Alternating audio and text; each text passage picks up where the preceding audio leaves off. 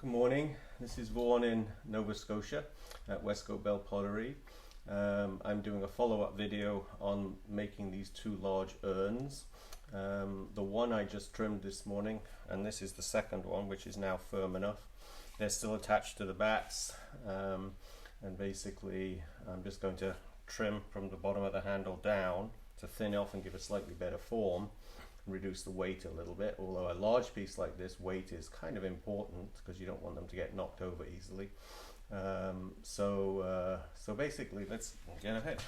I actually just sprayed the other one black. I can show you that after I finish this little part of the video. Have I got some power here? Oh, the handles are still supported by these lumps of clay, although they're fine, they're stiff enough now.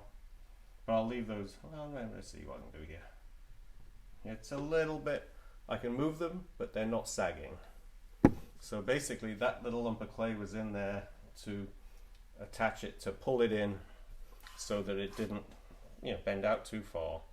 But I can push like that and it's movable, but it's not sagging. I can clean that little area up as well that I have in there afterwards. But anyway, so all I'm doing is I've got this 25-pound ball of clay down here, and I've got a 7-pound ball of clay up on the top, and I'm just trying to reduce the weight of the big piece underneath and all that. So it's timing. Basically the clay is not leather hard yet because I need to apply slip to these, so I don't want them to be too dry. Let's give you a little better angle, I think. Yeah, so the slip that I use is a recipe I got from Robin Hopper years ago. It's a cone 4 slip. It goes anywhere, I think, from 04 or 06 even maybe, but up to cone 4. And I use it on this B-mix clay. So if you look up the ceramic spectrum, that's where the recipe for that slip is. He gives a couple of recipes, and I've actually thought about going up to the other recipe that he has, but I never have got around to it. Now I don't want it to go too fast because I might throw those handles out a little bit.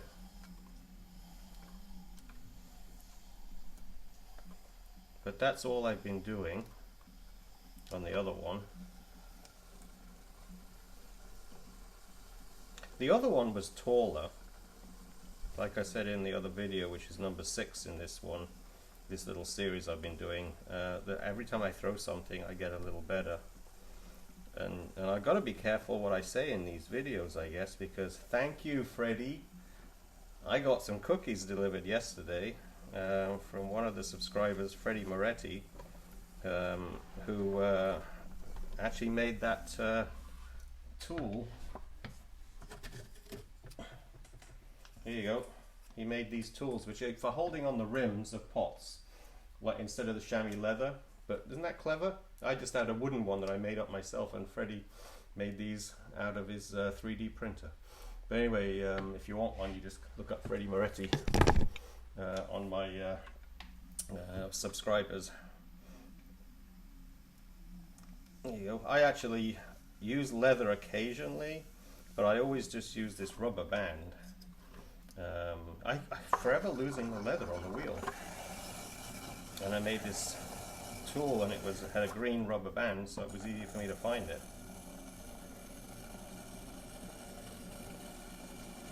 But anyway, thank you very much, Freddie. I'll be enjoying those cookies. They're big, so I can only have 1 or 2 a day, but I could eat the whole lot and I'd have a sugar high. The LaHave Bakery is where Freddie, I'm right next door to the LaHave Bakery, which is a really cool 120, it's the same age as this building. Actually, I think the same builder built both of these buildings in the late 1890s, maybe 1900 time. Both buildings sit on the water on stilts. Now it's really scary for people to trim pieces, but I can get my hand in here and I can stick a needle through here. Actually, that might not be a bad idea to show you.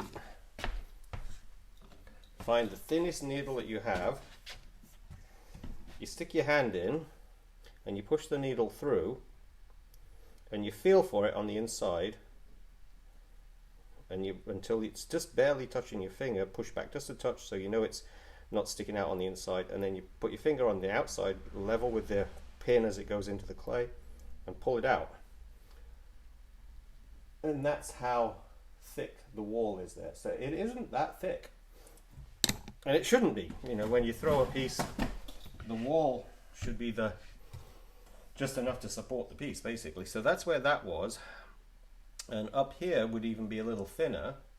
So I know that that probably there is fine. It's just there's a little bit there probably that I can now still take off. But I'm going to be spraying these with slip, so I do not want to thin it too much, because when you wet it with the slip, if the clay is a lot of weight up there above this, could actually get soft enough so that it starts to buckle out of shape again.